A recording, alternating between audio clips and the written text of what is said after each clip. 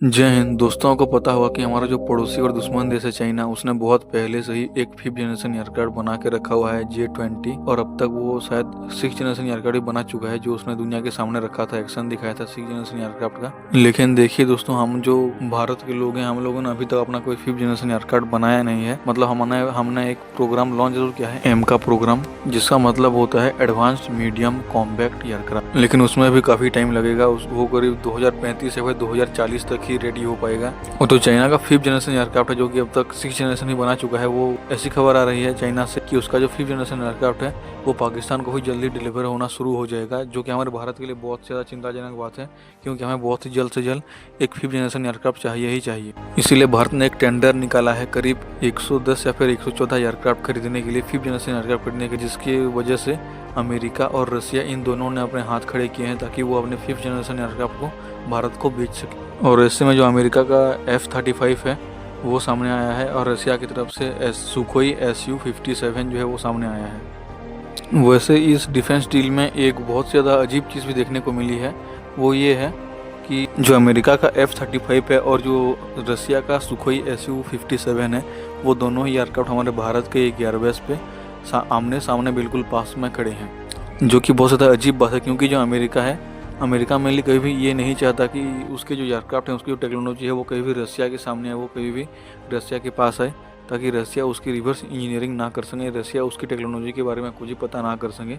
लेकिन क्योंकि ये डिफेंस डील बहुत बड़ी है, वैसे ही आपको मैं बता दूं कि जो भारत ने ये टेंडर निकाला है 114 करीब एयरक्राफ्ट खरीदने का, 5th जनरेशन एयरक्राफ्ट खरीदने का, ये आज तक का दुनिया का सबसे बड़ा और सबसे महंगा डिफेंस डील होने वाला है।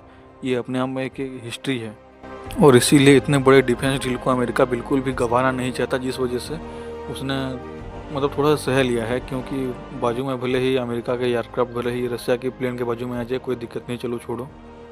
वैसे दोस्तों, अगर हम अपनी ओर से थोड़ी सी बात करें इन दोनों एयरक्राफ्ट के बारे में, तो जो F-35 है, ये दरअसल उतना ज़्यादा एक्शन वाला एयरक्राफ्ट नहीं है। ये दरअसल इस तरह से बनाया गया है, जो कि थोड़ा बॉम्बिंग करने का एयरक्राफ्ट। जो बॉम्बर होते हैं, आपको पता होगा, उनके अंदर कोई अटैक मिसाइल नहीं लगे हुए होते, वो ऊपर से जाएंगे, बॉम्ब गिरा देंगे और चले आएंगे।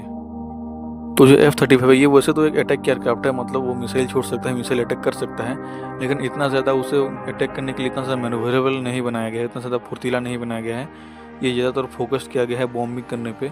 और जो F-35 की जो खासियत है वो ये है कि ये हेलीकॉप्टर की तरह एक जगह पे सीधी तरह से लैंडिंग कर सकता है, सीधी तरह से टेक ऑफ भी कर सकता है, मतलब वर्टिकल टेक ऑफ और लैंडिंग कर सकता है। और जो रसिया का सुखोई 57 है, वो काफ़ी अच्छा मैन्यूवरेबल एयरक्राफ्ट है, यानी कि बहुत ज़्यादा डॉग फाइट में काम आ सकता है। डॉग फाइट का मतलब होता है जब दोनों देशों के, दो दुश्मन देशों के फाइटर एयरक्राफ्ट आमने सामने आ जाएं और वो आमने सामने एक दूसरे से बिल्कुल लड़ाई करें। तो ऐसे समय के लिए खास करके फोकस करके Su-57 को बनाया गया है। तो ये भी एक बहुत ज़्यादा फ़ायदे का सौदा होगा हमारे भारत के लिए। और देखिए दोस्तों, अगर हम प्राइस की बात करें, तो जो रसिया का Su-57 है, ये दरअसल करीब 450 से 500 करोड़ के बीच में आ जाता है। लेकिन जो अमेरिका का F-35 है, ये करीब करीब 850 करोड़ से 900 करोड़ तक भी आ जाएगा। मतलब बिल्कुल बहुत ज़्यादा फ़र्क है दोनों के प्राइस में। इसलिए हमारे लिए जो है वो रसिया का ही प्लेन सबसे ज़्यादा फ़ायदेमंद हो सकता है। तो दोस्तों, आपको इस बारे में क्या लगता है, प्लीज़ आप अपनी राय कमेंट बॉक्स में बताइए। और आगे की ऐसी ज़रूरी और इंटरेस्टिंग इन्फॉर्मेशन को जानने के लिए प्लीज़ आप चैनल को सब्सक्राइब कीजिए, वीडियो को लाइक कीजिए। मिलते हैं नेक्स्ट वीडियो में। जय हिंद, जय भारत।